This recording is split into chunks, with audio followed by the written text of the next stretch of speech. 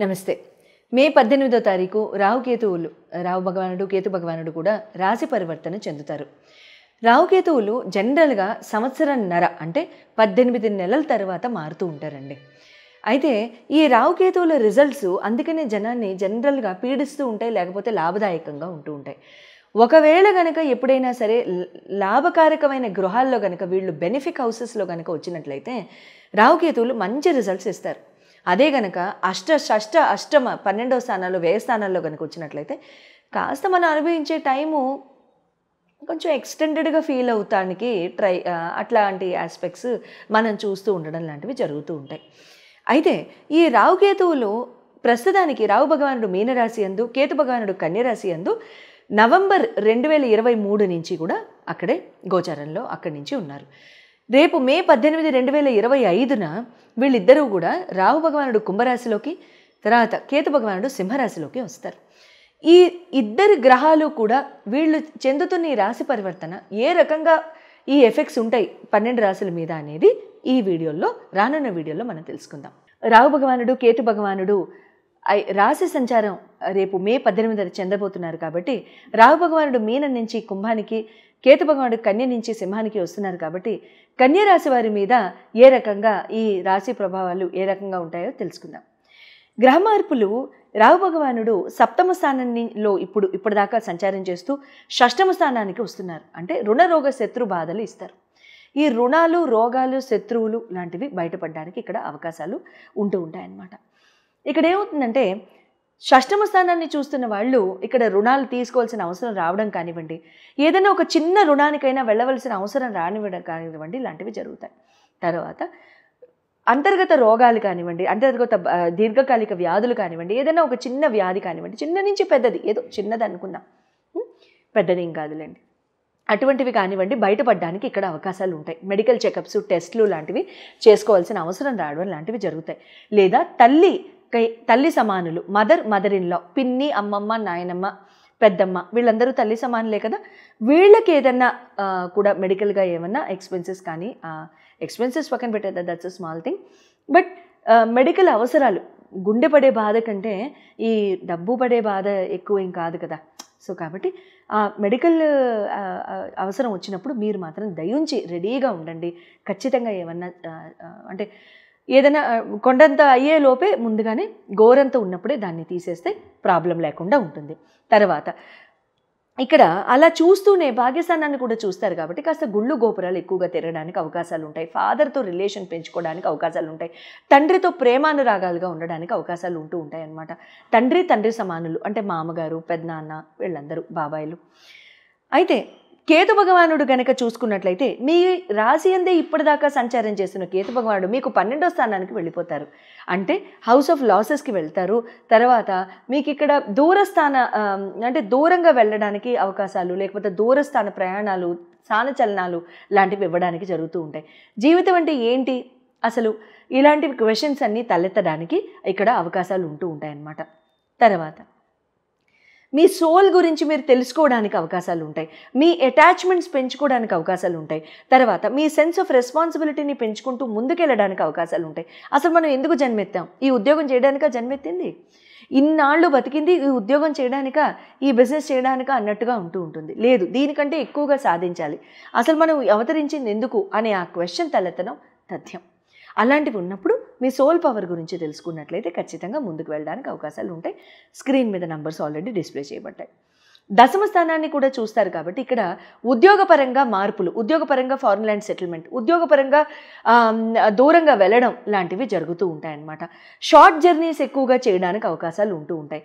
Siblings మీద ఎక్కువగా attention పెట్టండి. అంటే అన్నదమ్ములు, అక్క చెల్లెళ్ళ మీద ఎక్కువగా ప్రేమానురాగాలతో ఉండడం కానీ పరివర్తన చెందుతారు. రాహుకేతువులు జనరల్గా సంవత్సరంన్నర అంటే 18 నెలల తర్వాత మారుతూ ఉంటారండి. అయితే ఈ రాహుకేతువుల రిజల్ట్స్ అందుకనే జనాన్ని జనరల్గా పీడిస్తూ ఉంటాయి, లేకపోతే లాభదాయకంగా ఉంటూ ఉంటాయి.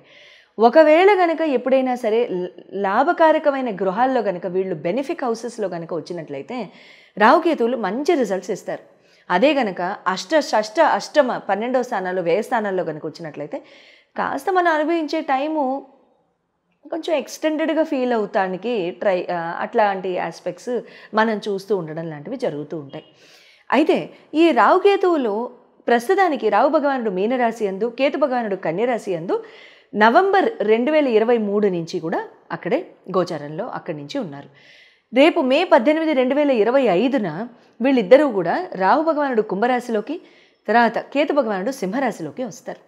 ఈ ఇద్దరు గ్రహాలు కూడా వీళ్ళు చెందుతున్న ఈ రాశి పరివర్తన ఏ రకంగా ఈ ఎఫెక్ట్స్ ఉంటాయి 12 రాశుల మీద అనేది ఈ వీడియోలో, రానున్న వీడియోలో మనం తెలుసుకుందాం. రావు భగవానుడు, కేతు భగవానుడు రాశి సంచారం రేపు మే 18 చెందబోతున్నారు కాబట్టి రావు భగవానుడు మీనం నుంచి కుంభానికి, కేతు భగవానుడు కన్య నుంచి సింహానికి వస్తున్నారు కాబట్టి కన్య రాశి వారి మీద ఏ రకంగా ఈ రాశి ప్రభావాలు ఏ రకంగా ఉంటాయో తెలుసుకుందాం. గ్రహ మార్పులు రావు భగవానుడు సప్తమ స్థానంలో ఇప్పటిదాకా సంచారం చేస్తూ షష్టమ స్థానానికి వస్తున్నారు. అంటే రుణరోగ శత్రు బాధలు ఇస్తారు. ఈ రుణాలు, రోగాలు, శత్రువులు లాంటివి బయటపడడానికి ఇక్కడ అవకాశాలు ఉంటూ ఉంటాయన్నమాట. ఇక్కడ ఏమవుతుందంటే షష్టమ స్థానాన్ని చూస్తున్న వాళ్ళు ఇక్కడ రుణాలు తీసుకోవాల్సిన అవసరం రావడం కానివ్వండి, ఏదైనా ఒక చిన్న రుణానికైనా వెళ్ళవలసిన అవసరం రానివ్వడం కానివ్వండి, ఇలాంటివి జరుగుతాయి.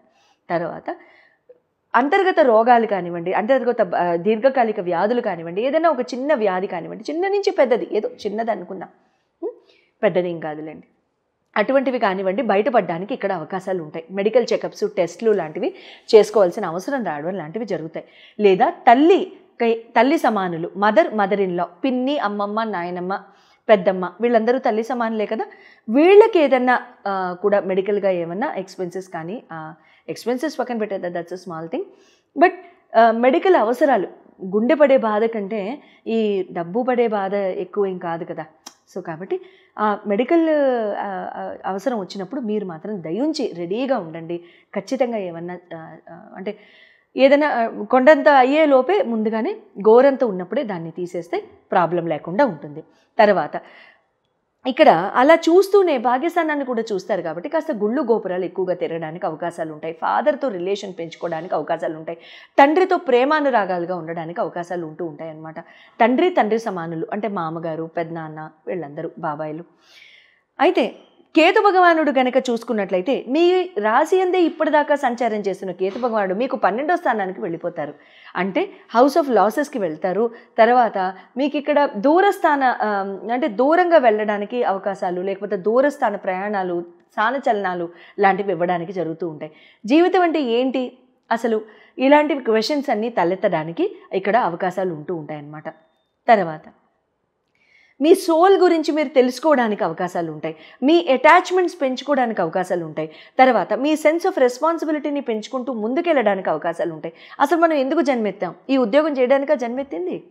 ఇన్నాళ్ళు బతికింది ఈ ఉద్యోగం చేయడానికా, ఈ బిజినెస్ చేయడానికా అన్నట్టుగా ఉంటూ ఉంటుంది. లేదు, దీనికంటే ఎక్కువగా సాధించాలి, అసలు మనం అవతరించింది ఎందుకు అనే ఆ క్వశ్చన్ తలెత్తడం తథ్యం. అలాంటివి ఉన్నప్పుడు మీ సోల్ పవర్ గురించి తెలుసుకున్నట్లయితే ఖచ్చితంగా ముందుకు వెళ్ళడానికి అవకాశాలు ఉంటాయి. స్క్రీన్ మీద నంబర్స్ ఆల్రెడీ డిస్ప్లే చేయబడ్డాయి. దశమ స్థానాన్ని కూడా చూస్తారు కాబట్టి ఇక్కడ ఉద్యోగపరంగా మార్పులు, ఉద్యోగపరంగా ఫారెన్ ల్యాండ్ సెటిల్మెంట్, ఉద్యోగపరంగా దూరంగా వెళ్ళడం లాంటివి జరుగుతూ ఉంటాయన్నమాట. షార్ట్ జర్నీస్ ఎక్కువగా చేయడానికి అవకాశాలు ఉంటూ ఉంటాయి.